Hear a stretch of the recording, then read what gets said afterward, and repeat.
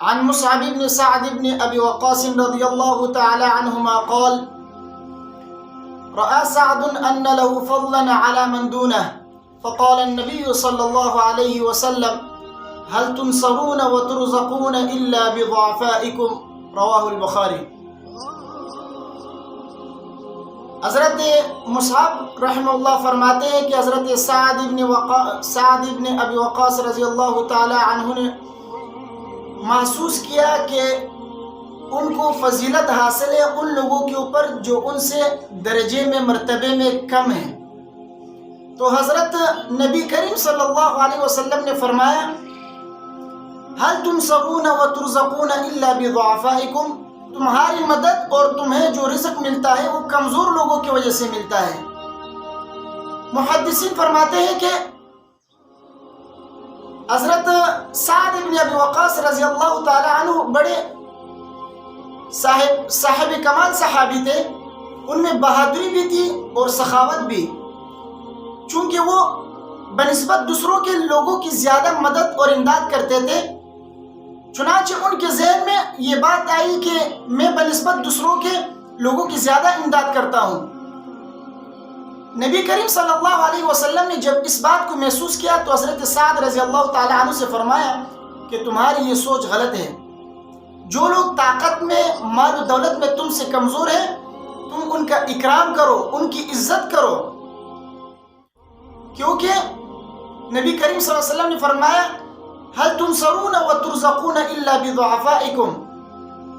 انہی کمزور لوگوں کی وجہ سے تم لوگوں کو رزق دیا جاتا ہے، تم لوگوں کی مدد کی جاتی ہے۔ اور اس کی وجہ ایک دوسری روایت میں نبی کریم صلی اللہ علیہ وسلم نے فرمایا ہے: انما نصر اللہ هذه الامة بضعیفها بدعوتهم وصلاتهم واخلاصهم۔ نبی کریم صلی اللہ علیہ وسلم فرماتے ہیں کہ اس امت کی جو مدد کی جاتی ہے وہ کمزوروں کی دعاؤں، ان کی نمازوں اور ان کے اخلاص کی وجہ سے کی جاتی ہے۔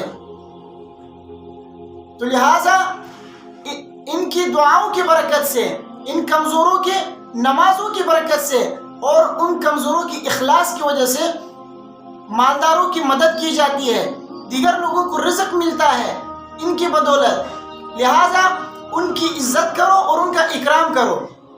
حضرت ابو الدرداء رضی اللہ تعالی عنہ کی حدیث ہے، نبی کریم صلی اللہ علیہ وسلم نے فرمایا کہ انما تنصرون وترزقون بضعفائكم، تمہاری جو مدد کی جاتی ہے اور تمہیں جو رزق ملتا ہے وہ تمہارے کمزور لوگوں کی وجہ سے تمہیں ملتا ہے۔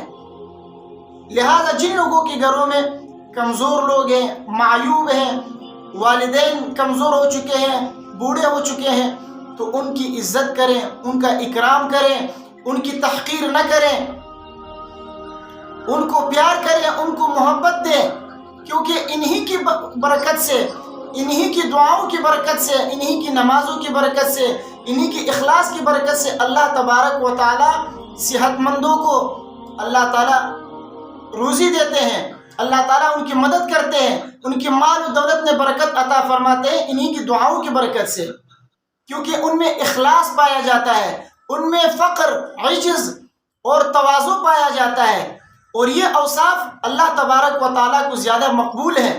تو اس وجہ سے اللہ تبارک و تعالیٰ انہی کے اخلاص کی برکت سے اللہ تبارک و تعالیٰ دیگر لوگوں کو رزق دیتے ہیں، ان کی مدد کرتے ہیں۔